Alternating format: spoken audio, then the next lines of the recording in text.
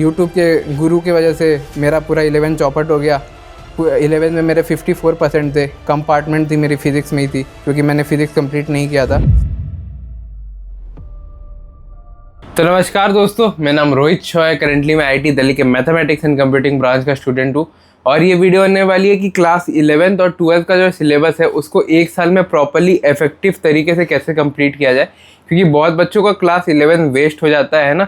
मैं खुद भी क्लास 11 वेस्ट करा था, तो आई एम द मेरे को लगता है I am the proper person जो आपको गाइड करे। क्योंकि यूट्यूब पे या कहीं भी आपको जो सारी वीडियोज़ मिलेगी ना, मैंने अधिकतर वीडियोज़ में ये देखा है कि यार जो है ना भैया दीदी आपको डांट रहा है कि भाई तूने पढ़ाई नहीं करी, तू कामचोर है, तू अपनी गलती मान, तू फ़ोन एडिक्शन में था, तू शॉर्ट देखता था, रील देखता था, तूने कभी पढ़ाई नहीं की इसलिए तेरा 11 वेस्ट हो। मतलब 50% तो वीडियो यही है कि भाई आपको डांट रहा है ना। और ये वीडियो में ना मैं जो रियल लाइफ एक्सपीरियंस है, जो एज अ एस्पिरेंट मैं फील करता था प्रिपरेशन में, तो मैं वो भी एक्सप्रेस करूँगा। वो दिक्कतें क्या है कि यार क्लास 11 वेस्ट हो गया है ना। मेरे सबसे दिमाग में सबसे पहला थॉट ये स्ट्रक करता था, बहुत बच्चे यार 4 साल से प्रिपरेशन कर रहे हैं, बहुत बच्चों का 11th अच्छा गया है मेरे स्कूल में, है ना। तो मैं उन बच्चों से क्या अभी compete कर सकूंगा, अभी टाइम कम तो नहीं बच गया ना बहुत। सबसे बड़ा जो फियर रहता है ना कि भाई I have less time left for JEE, कि मेरा टाइम बहुत ज़्यादा कम बच गया। और उससे ना एक पैनिक, एक एंजाइटी आती है अंदर से कहीं ना कहीं, है ना। और जो दूसरा मेरे साथ दिक्कत होता है कि यार सिलेबस कंप्लीशन कब तक हो जाना चाहिए मेरा एक्यूरेटली, है ना। कब तक क्या करना चाहिए, कितने ऑनलाइन लेक्चर देखने चाहिए दिन के, कितने डाउट्स वगैरह, कितने क्वेश्चन वगैरह सॉल्व करने चाहिए, ये सारे कुछ दिक्कतें होती है। और साथ ही साथ सबसे लास्ट एक दिक्कत होती है बच्चों को कि यार मैं 12th तो करूँगा बट मैं 11th कब करूँगा, है ना। 11th के लिए मैं टाइम कैसे निकालूँ, है ना, अगर मैं 12th में पढ़ाई कर रहा हूँ, जैसे बैच वगैरह कर रहा हूँ, तो क्या करना है, क्या एग्जैक्टली चीज़ है, सारा मतलब टू द पॉइंट। मैं यहाँ डांटूंगा नहीं, 11 वेस्ट हो गई कोई बात नहीं, है ना। देखो मैं आज 14 तारीख है, आज होली है, तो first of all happy Holi. Holi के टाइम में मेरी अभी 2 घंटे में यहाँ से आईआईटी दिल्ली के लिए ट्रेन है, बट मैं यहाँ वीडियोस बना रहा हूँ क्योंकि एक कमिटमेंट है। तो यार जब बात ईगो पे आ जाती है ना, तब यार कुछ भी प्रॉब्लम छोटा नहीं लगता, बड़ा नहीं लगता, है ना। तो किसी भी चैलेंज को ना ईगो पे लो, कैसे नहीं हो सकता मेरे से। मैंने भी अभी यही करा कि कैसे नहीं बना सकता, मैं बना के जाऊँगा ही। मेरा अभी 2 घंटे में ट्रेन छूट जाएगी, लेकिन मैं बना रहा हूँ आपके सामने। तो ये होती है विल पावर, ईगो, ये सब चीज़ें अंदर लाओ, कॉन्फिडेंस लाओ खुद पे, है ना। जो मैंने करा, जब मेरे भी तो 11 वेस्ट ही, रिजल्ट कार्ड में आपको दिख ही रहा होगा।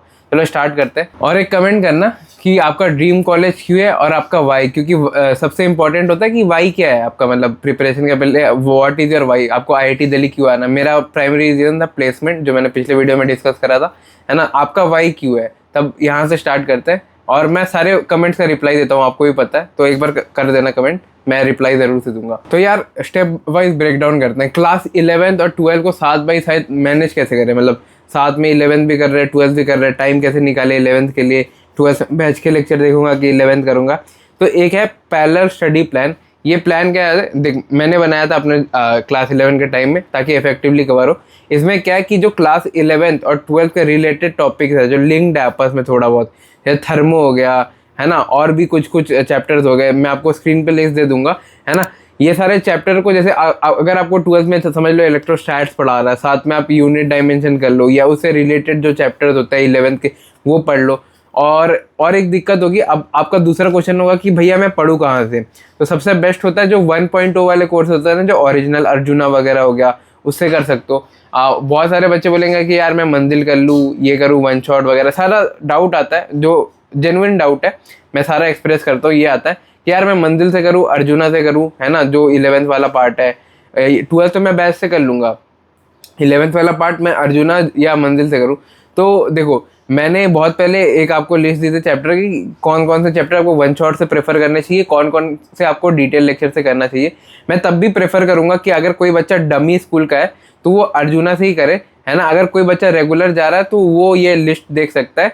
इसमें मैंने डिवाइड करा कि वन शॉट से कौन कौन से चैप्टर करने हैं 11th के, और डिटेल लेक्चर से कौन कौन से चैप्टर करने हैं क्लास 11th के। तो इससे आप करना। और एक पैरेलल स्टडी प्लान, ये मैं अपने व्हाट्सअप चैनल पे भी दे दूंगा, ये इसका आप स्क्रीनशॉट लेके रख लो, वीडियो के बाद देखना कि कौन कौन से चैप्टर मैंने बताया।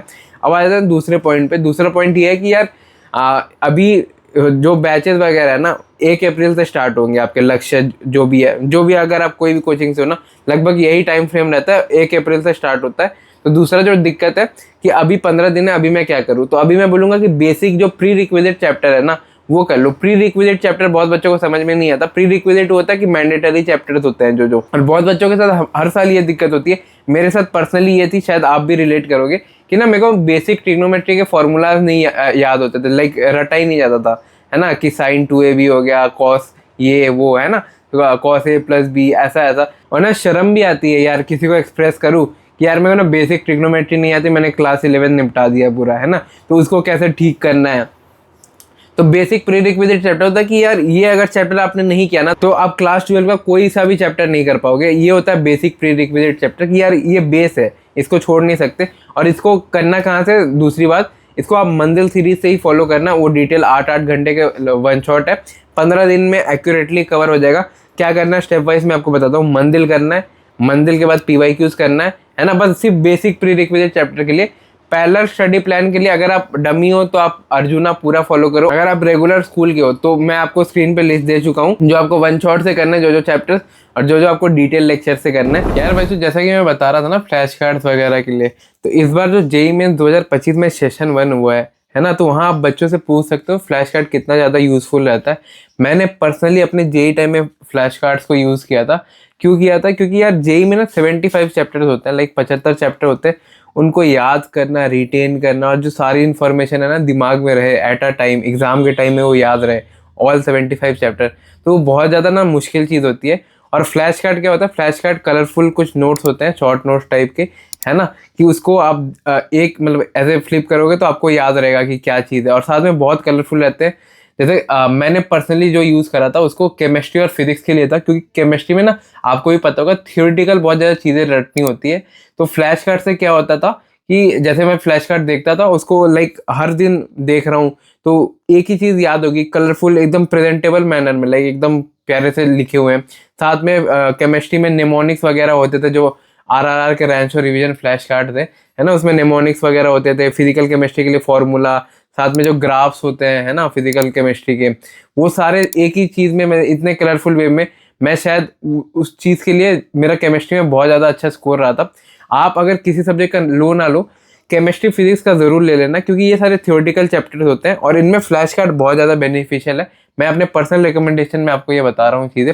इस बार जो JEE मेंस 2025 सेशन हुआ था उसमें जो PYQs थे वो भी फ्लैश कार्ड से आए थे। तो यार आप देख सकते हो बहुत ज़्यादा इंटरलिंक्ड है। आप देख सकते हो यार PYQs भी आ रहे हैं लिटरली फ्लैश कार्ड से। मैं आपके स्क्रीन पे एग्जांपल लगा दूंगा कुछ कुछ जो इस बार JEE मेंस 2025 सेशन में आए थे, है ना।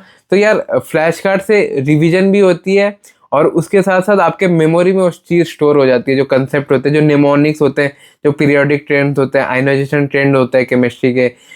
फिजिक्स में आप जो फार्मूलाज वगैरह होते हैं, रोटेशन के बहुत सारे जो होते हैं ना फार्मूला, कि ये हो गया वो हो गया, टॉर्क का इधर उधर। विजुअलाइजेशन में भी एक हेल्प होती है क्वेश्चन सॉल्विंग जब अगर करने बैठते हो। तो अगर आपको चेक करना है तो मैं इसका लिंक वगैरह सारा डिस्क्रिप्शन में अटैच कर दूंगा फ्लैश कार्ड्स के, है ना। तो आप इसे चेकआउट करना मत भूलना और मैं बोलूँगा कि परचेज कर लेना, स्पेशली फॉर फिजिक्स और केमिस्ट्री, है ना, जो मैंने खुद नहीं करे थे। अब थर्ड आ जाते हैं कि यार सिलेबस कंप्लीशन कब तक हो जाना चाहिए मेरा भैया, है ना। तो सिलेबस कंप्लीशन मैं आपको बोलूँगा मिड अक्टूबर तक आपका हो जाना चाहिए। क्यों? इसका रीज़न क्योंकि आपका बैच का टाइम फ्रेम भी लगभग वैसे ही चलेगा। मिड अक्टूबर तक हो जाने से क्या होगा कि 6 नवंबर से मंजिल सीरीज जो इस साल का होगा करेंट 2025 का वो लॉन्च होता है और मंजिल से आप फिर रिवाइज कर पाओगे फुल सिलेबस। क्योंकि क्या होता है ना, बच्चा जब 2 साल का सिलेबस एक बारी में करता है तो उसको ना रिटेन नहीं रहती। आप खुद ही समझो ना, 75 चैप्टर आपको करने 5-6 महीने के इंटरवल में। अभी से पकड़ लो, अप्रैल से स्टार्ट होगा, अप्रैल से लेके अक्टूबर तो उसको भाई रिटेन भी करना होता है। रिवीजन की दिक्कत होती है, बहुत सारा होता है कि यार जो चैप्टर स्टार्टिंग में पढ़े थे एंड आते आते भूल जाता है। तो उसके लिए आप मंजिल सीरीज के लिए प्रिपेयर्ड है ना, वो 6 नवंबर वगैरह से स्टार्ट होता है। तो आपका जो टाइम फ्रेम होना चाहिए कि आपको 15 अक्टूबर तक सिलेबस कंप्लीट करना है, क्लास 11-12 दोनों। अगर आपको मेरा वाला स्टडी टाइम टेबल चाहिए जो मैं 12th में फॉलो करता था आफ्टर वेस्टिंग 11, तो आप कमेंट कर सकते हो, है ना, कि भैया आपका वाला टाइम टेबल प्रोवाइड करवाना, तो मैं आपको वो अगली वीडियो में दे दूंगा, है ना। बट आपका जो टाइम फ्रेम वाली चीज़ थी 15 अक्टूबर तक आपका हो जाना चाहिए। लास्ट के 15 दिन आप मॉक टेस्ट वगैरह दे सकते हो या फ्लैश कार्ड वगैरह होते हैं ना, उसे रिवाइज कर सकते हो। यार जो केमिस्ट्री के कुछ टॉपिक्स हो गए, कोऑर्डिनेशन, ये सब बहुत सारा जो रट्टा मारने वाली चीज़ होती है ना, रिवीजन कर सको खुद से दिमाग में, ताकि जब मंजिल हो आपको और ज़्यादा क्लियर हो जाए। और मंजिल जैसे ही ख़त्म होगा आपका फिर जैन सेशन आ जाएगा JEE मेंस का, तो उसके लिए आप बहुत अच्छा स्कोर कर पाओगे। अगर आप मेरी बातों को टू द पॉइंट फॉलो करोगे आपका बहुत अच्छा मार्क्स आएगा। अब आ जाते हैं लास्ट प्रॉब्लम में जो बच्चों को फेस होती है। यार भैया 11th मेरा पूरा वेस्ट है, अब 11th 12th मेरे को साथ में करना है, तो मेरे को दिन में कितने लेक्चर्स करने हैं। मैं पर्सनली जो करता था, मैं 6 से 7 या 7 से 8 कभी कभी, है ना, अगर छोटा लेंथ का लेक्चर हुआ, 6 से 7 एक एक्यूरेट नंबर है जो आपको लेक्चर, ऑनलाइन लेक्चर्स करने, चाहे आप कोई भी स्कूल में हो, डमी में हो, रेगुलर में हो, और आपको खुद से मैनेज करनी पड़ेगी ये चीज़ें। 6 से 7 लेक्चर कैसे करने, अगर आपको उस पर वीडियो चाहिए तो उस पर मैंने एक वीडियो अपलोड करी है, तो वो आप देख सकते हो, है ना, how I covered 6 lectures a day, वो आप देखना इस वीडियो के बाद। और एक दिक्कत कि भैया मेरे को कितने क्वेश्चन सॉल्व करने चाहिए। बहुत बच्चों के साथ होता है कि क्वेश्चन सॉल्विंग में दिक्कत होती है। तो यार देखो, आपको दिन में, मतलब एक्यूरेटली मैं बोलूँ तो भाई 70 से 80 क्वेश्चन करने चाहिए, क्योंकि जेईई मेंस में भी उतने ही आते हैं, और हर एक क्वेश्चन को आपको 2 मिनट देना चाहिए, ताकि टाइम मैनेजमेंट आप सीख सको स्टार्टिंग से। और बच्चों के साथ में ये दिक्कत होती है, बच्चे ना क्वेश्चन कभी कभी ईगो पे ले लेते हैं कि यार क्वेश्चन सॉल्व नहीं हो रहा, मेरे से कैसे नहीं होगा। वो ना बहुत टाइम इन्वेस्ट करते हैं एक ही क्वेश्चन में, जो कि सबसे फालतू चीज़ है, क्योंकि आपको 11th भी कवर करना है, 12th भी कवर करना है, आपके पास टाइम नहीं है। आपको पर क्वेश्चन 2 मिनट देना है। अगर वो क्वेश्चन 2 मिनट में सॉल्व होता है तो ठीक है, नहीं तो आप उसका सॉल्यूशन देखो, है ना। और देखो, कोई भी JEE advance topper, JEE mains topper का क्वेश्चन फर्स्ट अटेम्प्ट में नहीं होता, अनटिल एंड अनलेस बहुत इजी क्वेश्चन हो। तो जैसा कि मैं बोल रहा था, क्वेश्चन का, है ना, क्वेश्चन का 2 मिनट से ज़्यादा नहीं देना, सॉल्यूशन देखो। मैं खुद पर्सनली बहुत बार क्वेश्चन होते थे, गॉस लॉ के नहीं बनते थे मेरे पास, समझ में नहीं आते थे। तो जितना आप क्वेश्चन का सॉल्यूशन रेफर करोगे ना, तो एक अप्रोच पता चलेगा, क्योंकि क्लास में जो इलस्ट्रेशन है उसमें बस सिलेक्टिवली आपको पता चलता है कि ये टाइप है, ऐसे करवाया गया है ना।